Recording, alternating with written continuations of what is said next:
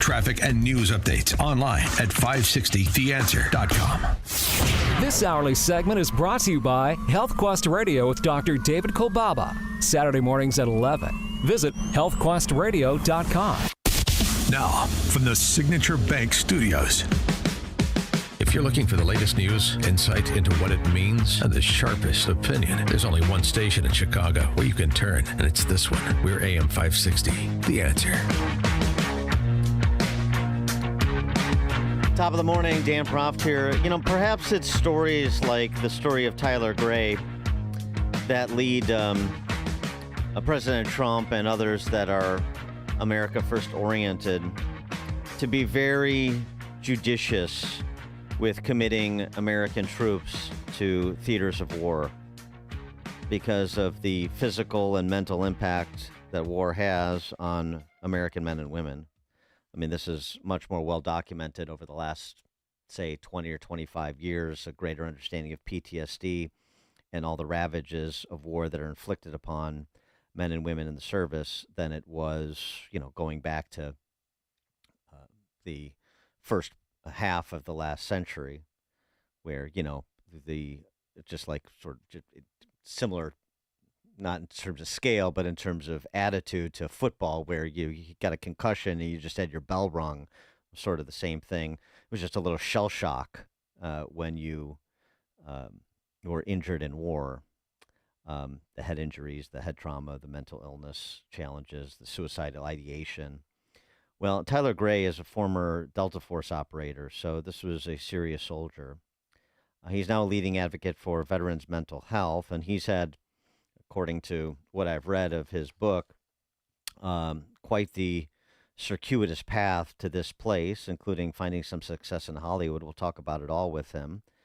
His book is entitled Forged in Chaos, a Warrior's Origin Story. Forged in Chaos, a Warrior's Origin Story. Tyler Gray, thanks for joining us. Appreciate it. Thank you so much for having me. So, you know, the story starts, at least an excerpt, to one of the excerpts I've read over at RealClearDefense.com, with you being sent home after nearly having your arms severed in an explosion on a mission in Baghdad. So maybe we pick it up there. Yeah. It was, you know, a very serious injury. It was, I mean, the arm, 9.9 times out of 10, they would have not even attempted to save it. They just, later I was told they'd done so many extremity surgeries because of so many IEDs around that time that they attempted to save it where, you know, even 6 months prior they wouldn't have. So I was very lucky on that end. But yes, it led to me, you know, getting medically retired outside the military. And that started, you know, almost 4-year long recovery that obviously was, you know, both physical and mental. And the you know, the part of it, of course, dealing with a 4-year recovery, as you mentioned, a catastrophic injury that you just described. So you're on pain meds, and part of the story is, you know, basically an OxyContin legalized heroin story and a story of addiction. Yeah, one thing I want to mention on that, which I just think is really something worth mentioning, is that when I had, you know, 10 minutes, you know, at any time prior to being wounded, I had never done a drug in my entire life. I had never, literally, no drug of any kind. I had never even smoked marijuana one time. So when I got wounded and then was given,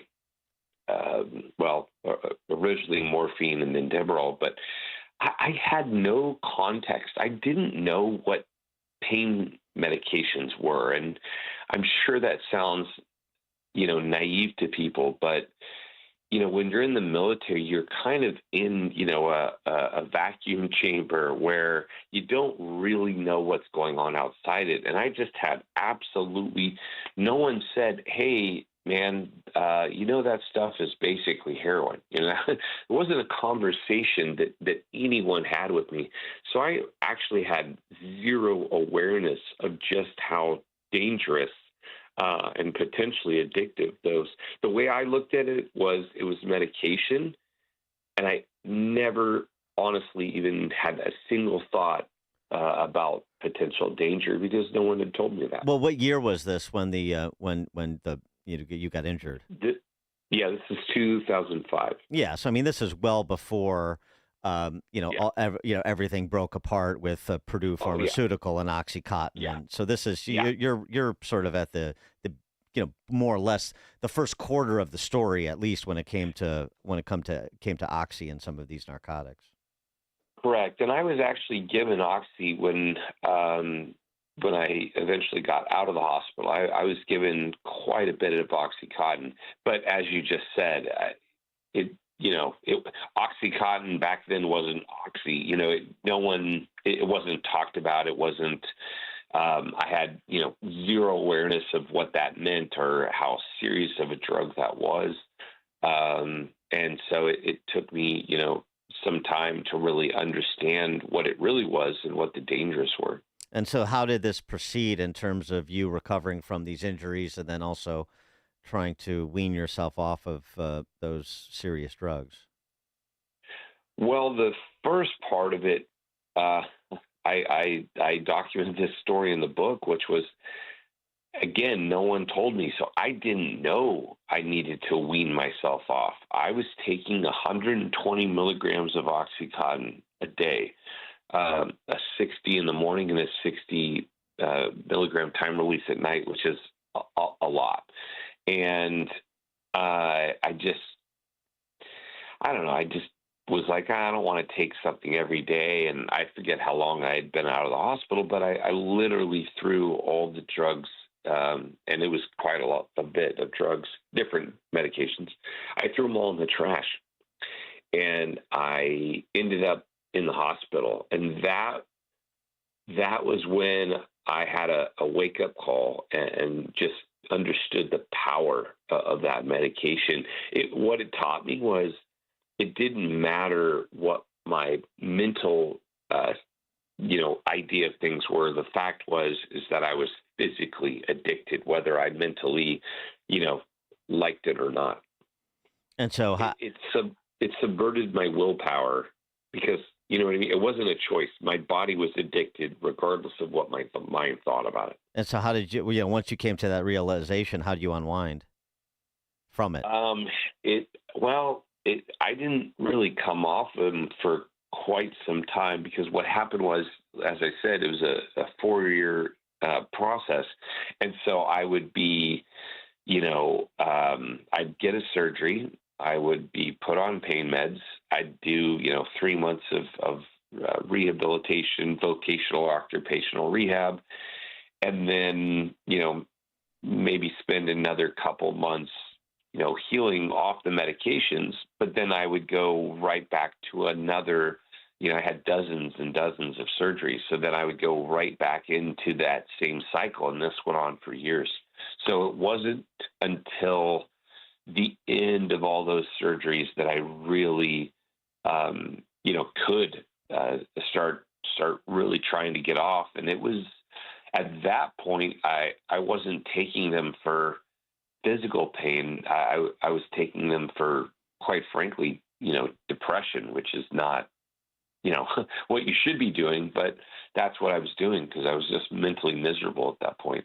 And by that point, I mean, as you're talking about years and multiple surgeries, and more and more is coming out about these drugs, were you starting to get at least better advice and counsel, including from medical professionals? Like, look, this is going to be a temporary thing to get over the pain, to recover from the surgery, but then we have to wean you off. Or or did you feel like you were on your own trying to figure this out? 100% felt like I was on my own. I was not. In hindsight, most doctors and medical professionals, I think, try and do their best. But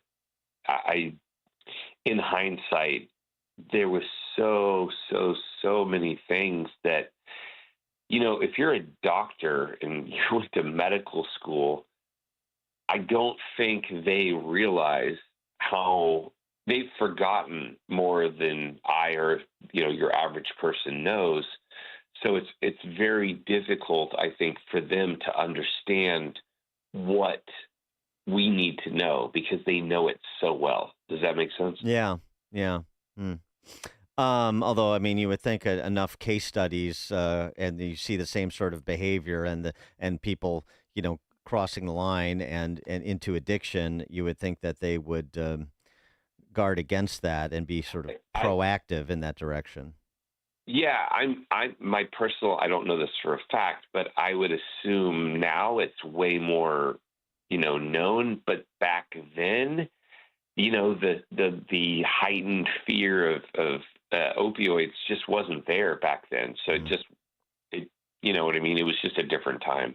I think now you'd be right, but back then it just wasn't as the seriousness of the problem just wasn't recognized. Something else you talk about in your book that I hadn't heard before. I mean, everybody is pretty familiar with PTSD, as I mentioned at the outset, post-traumatic stress disorder. But you write about another problem, LTSD. What is LTSD? So LTSD, first of all, I made it up, which is why you haven't heard it. Right. Yes. Right.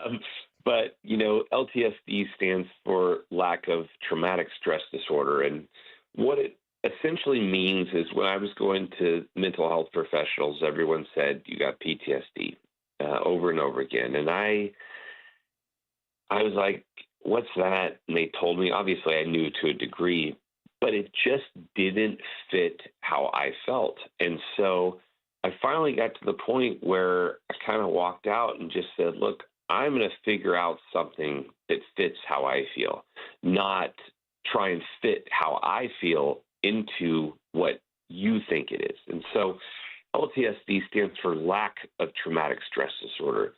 And what I realized over time, and I detail where there was an event that kind of was a aha moment that made me come up with the concept. But first of all, PTSD is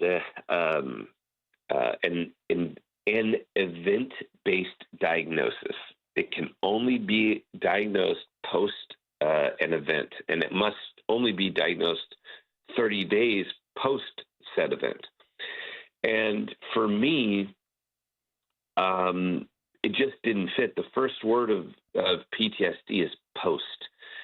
And what post-traumatic stress disorder assumes is a pre-traumatic stress baseline.